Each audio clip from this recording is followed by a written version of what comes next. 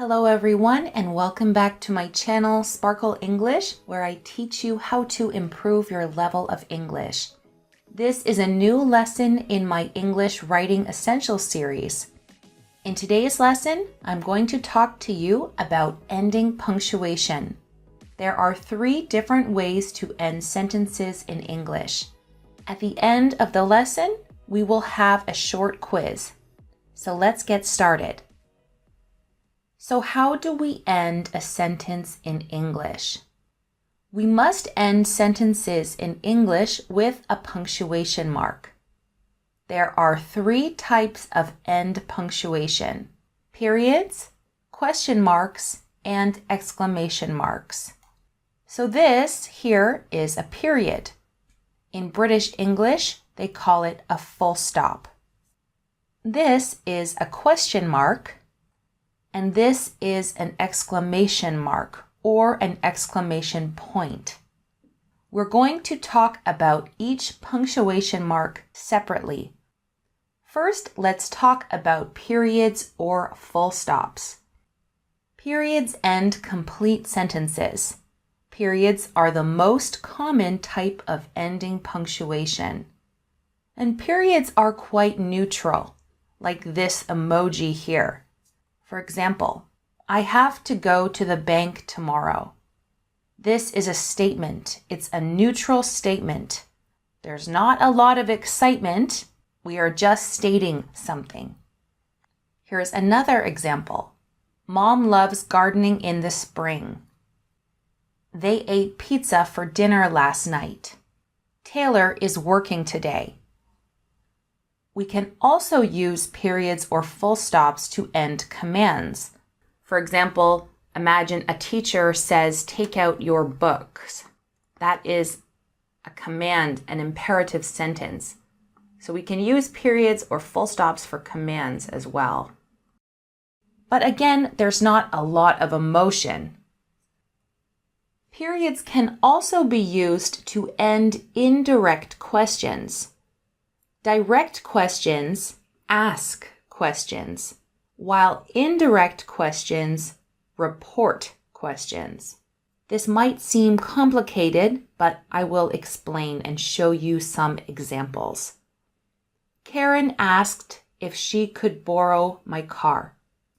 This ends in a period. It does not end in a question mark.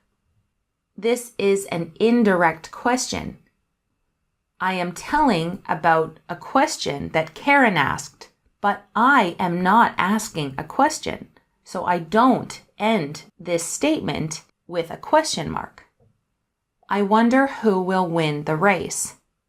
Again, I am not asking a question. I am stating that I am wondering something. She wants to know if she can come to our party. Again, all of these end in periods because they are indirect questions. I'm going to compare these 3 indirect questions with direct questions so you can see the difference. In our first example, we had Karen asked if she could borrow my car. This is an indirect question. A direct question would be, "Can I borrow your car?" And when we ask a direct question, we are looking for an answer. Like, yes, you can borrow my car, or no, you can't. The next indirect question, I wonder who will win the race. I am not looking for an answer. I am just stating that I am wondering. A direct question would be, who will win the race? Or who do you think will win the race? And here we would answer, I think Jason will win the race, or Emily.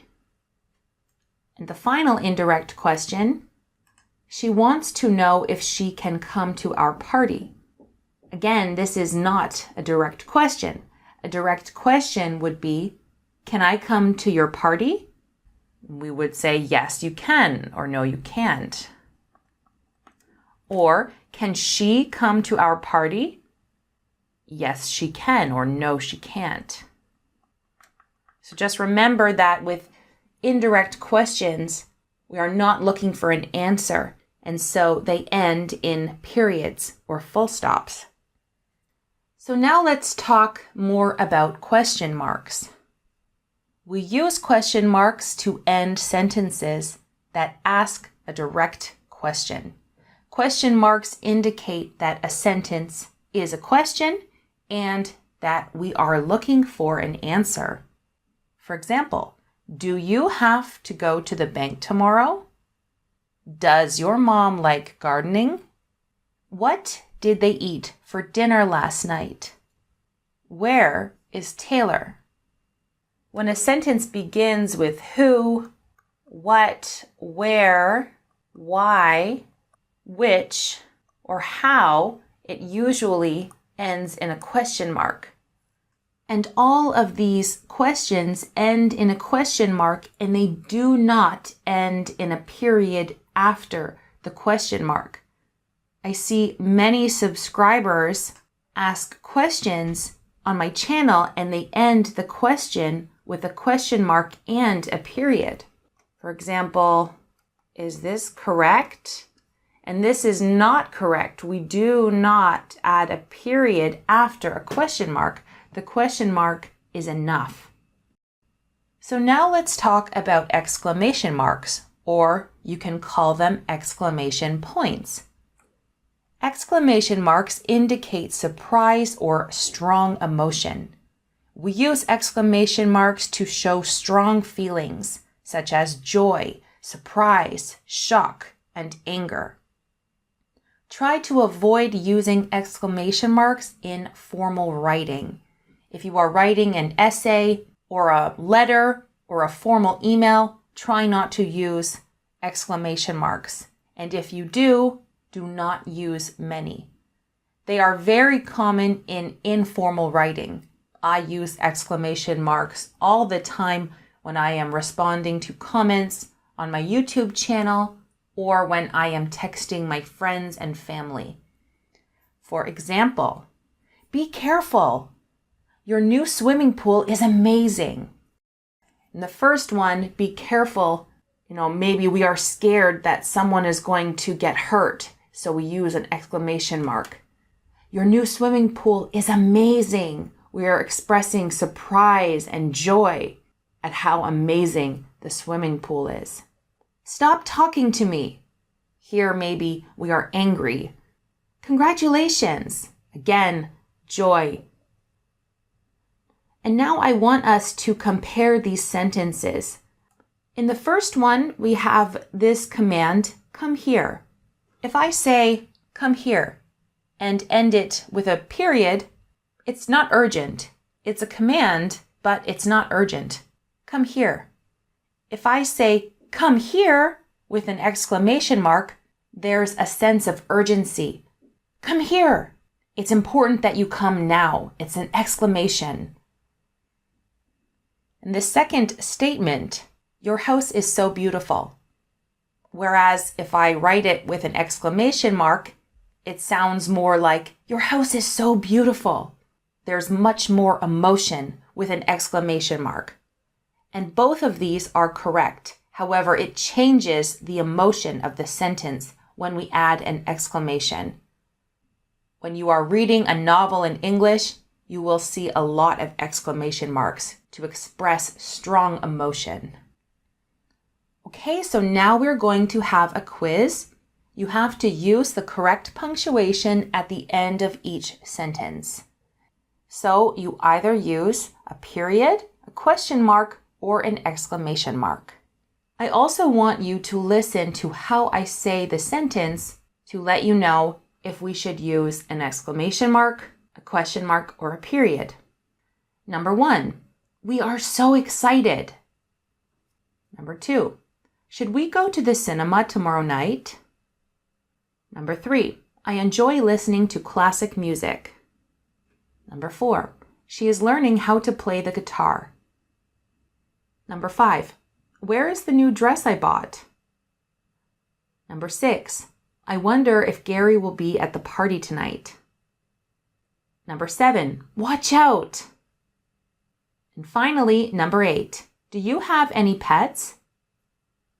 Okay, so now let's answer these together. The first one, we end it with an exclamation mark. We are so excited.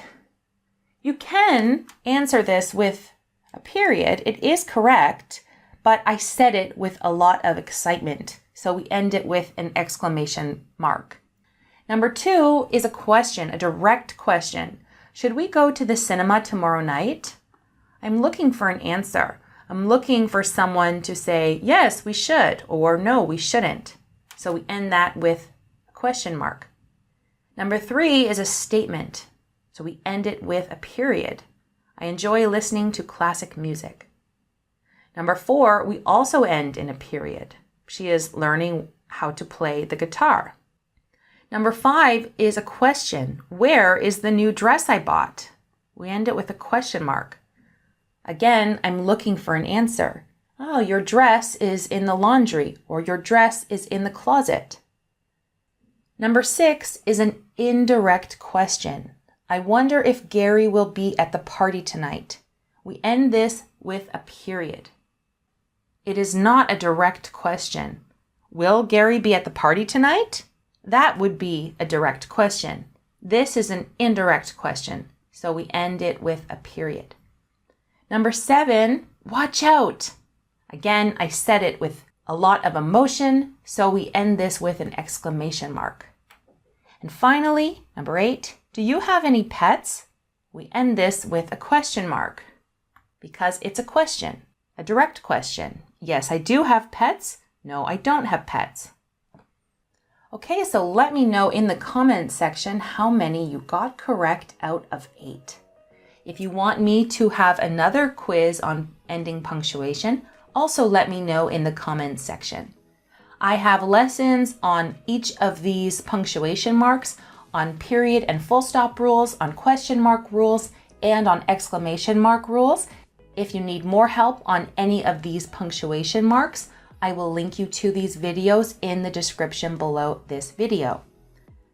So thank you guys so much for watching. Make sure to subscribe to Sparkle English for more videos on how to improve your English writing skills. I will see you in my next lesson.